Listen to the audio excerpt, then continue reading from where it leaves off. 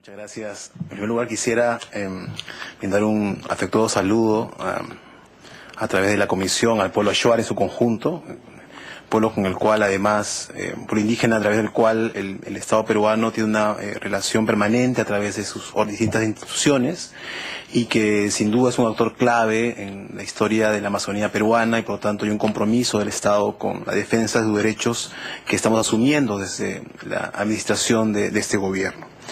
En segundo lugar, efectivamente hay un conjunto de temas vinculados con temas que conforman esta petición que se ha formulado ahora, que están vinculados básicamente a la protección del derecho colectivo a determinar las propias prioridades de desarrollo. Creo que es el centro de la petición que hoy se ha desarrollado, que efectivamente el detalle lo hemos conocido prácticamente en la medida ahora, pero nos parece importante dar algunas respuestas a estos puntos. Creo que el primer tema es efectivamente el asunto de la titulación. En el Perú el régimen de titulación ha estado básicamente centrado en comunidades, es decir, pequeñas poblaciones que han desarrollado la posibilidad de que se les reconozca a través de un reconocimiento del Estado un derecho. Y lo que están pidiendo ahora es que pasemos de ese modelo de reconocimiento de derechos de comunidades a una cosa mucho más compleja y amplia, que es el reconocimiento de derechos a nivel de pueblo indígena en su conjunto. Y esa complejidad, desde luego, implica un cambio en la legislación peruana, inclusive en la Constitución, que es en donde se menciona el ámbito de las comunidades campesinas y nativas como sujetos de derechos colectivos. Eso no está en ese momento en nuestro marco legal. Implicaría un proceso que tendríamos que conversar y discutir para poder determinar cuáles son las posibilidades de desarrollar un cambio de esa naturaleza. Porque además, la realidad de los pueblos indígenas en el Perú son todas iguales. Por lo tanto, aunque algunos pueblos indígenas tienen esa posibilidad, hay otros que no, y para los cuales el régimen actual es necesario y útil. Entonces, ese es un tema que habría que discutir. Y habría que discutirlo además en el marco de derecho a la consulta, porque precisamente implicaría un cambio en un derecho colectivo de los pueblos indígenas que implicaría que el Estado consulte con los pueblos indígenas a ver si efectivamente esa es la forma más adecuada de regular una modificación de esa naturaleza en su derecho colectivo. Un segundo elemento que me parece importante es también la referencia al reconocimiento de derechos sobre recursos naturales. Se ha mencionado que se requiere un reconocimiento en propiedad. En el Perú, ningún particular se le otorga derecho de propiedad sobre los recursos naturales. Los recursos naturales son patrimonio de la nación y por lo tanto lo que otorga el Estado son derechos administrativos para utilizar esos recursos.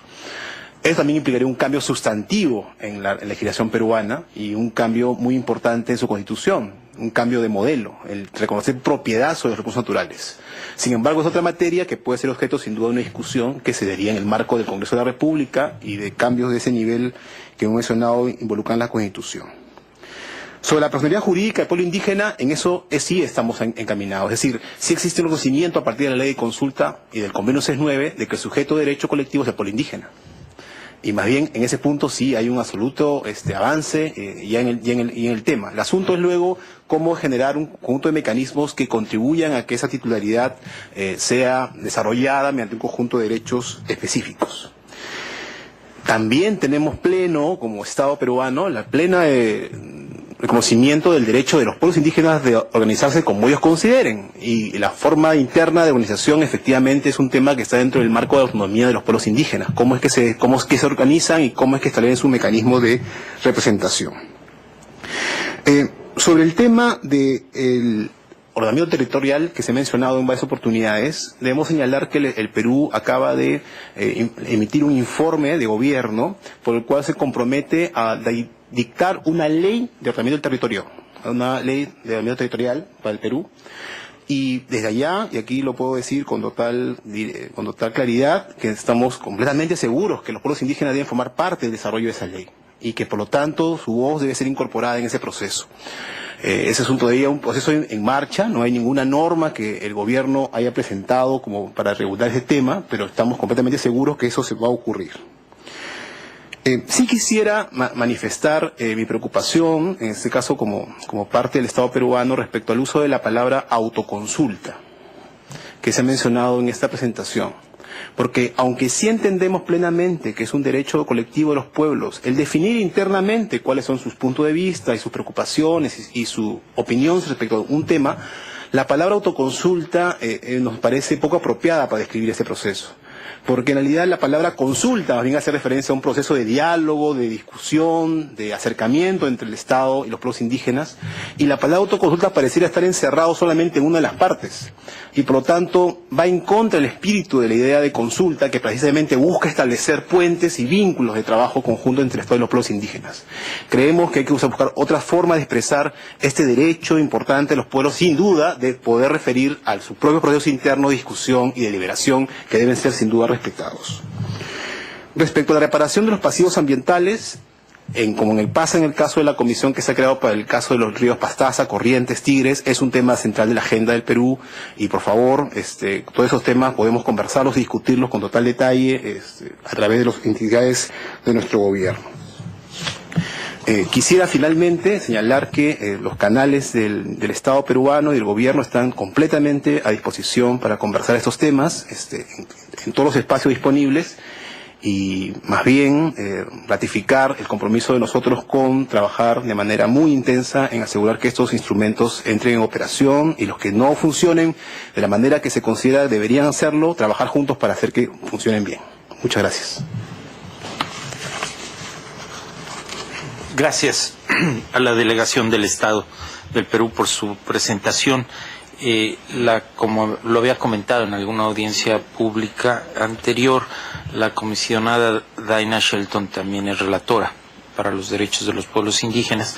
Entonces tendría el uso de la palabra.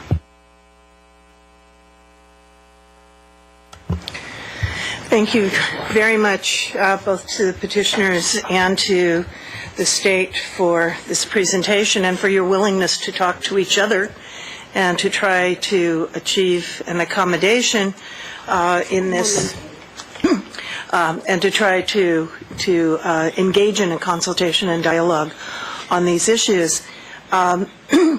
One thing that has become very, very clear in the 3 years that I've been the rapporteur on Indigenous peoples is the difficulties that are being faced within member states because of the rapid evolution of the law at the regional and at the global level. The standards that have been achieved in the last 20 years have left many domestic legal systems trying to play catch-up and to bring the domestic policies and laws into conformity with the international standards, and it is something we recognize cannot be done overnight. So it's nice to hear the statements of willingness to go further in this respect.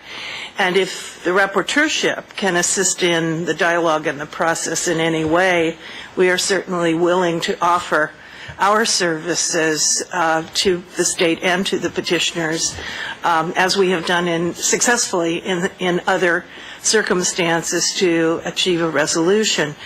I do have some specific questions, and I will make a disclosure here at the outset that in the situation within Ecuador, you may be aware of the very large litigation between indigenous people and Chevron Oil Company. I will disclose that when that case first started, I was involved in the litigation. So I've seen how this can develop into a major lawsuit that is not yet over. It's been going on for 20 years, and hopefully that can be avoided.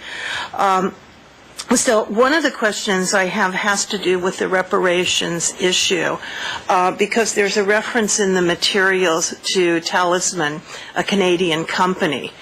And I'm wondering what the legal arrangement is when a concession is given to a foreign company in terms of maintaining their responsibility for the damages that they cause, or are they provided some sort of immunity from having any obligations in terms of reparations? I don't know whether these concessions are given pursuant to a bilateral investment treaty or it's on a case-by-case basis, but I'm wondering whether for purposes of remediation, pollution damages, the community has any redress against the companies that if they have been causing harm.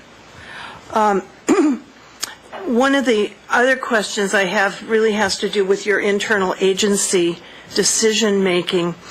Does the Ministry of Environment and the Ministry of Culture have a role to play in the determination of mining concessions and forestry concessions, or is that done solely by the mining group itself?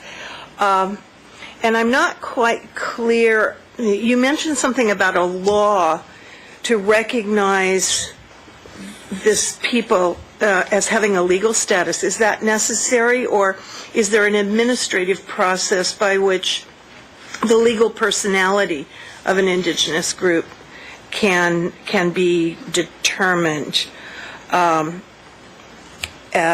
far as, you know, them having a collective right? I think that's mainly what I want.